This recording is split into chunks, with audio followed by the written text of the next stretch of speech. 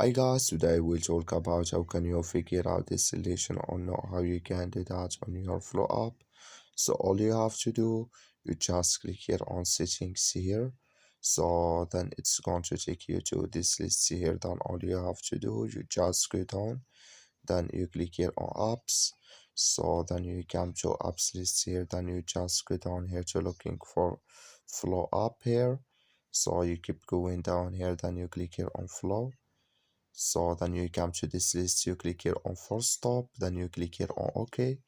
So and you go down, you click here on storage, then you just click here on clear cache, and you go to your Play Store. I'm going to my Play Store, just click on it. Then you're looking for Flow app, it's going to show for you like this. You will find here update, you just click on it, then it's going to work it with you. That's all. Thank you for watching. Don't forget to support us by liking and subscribe.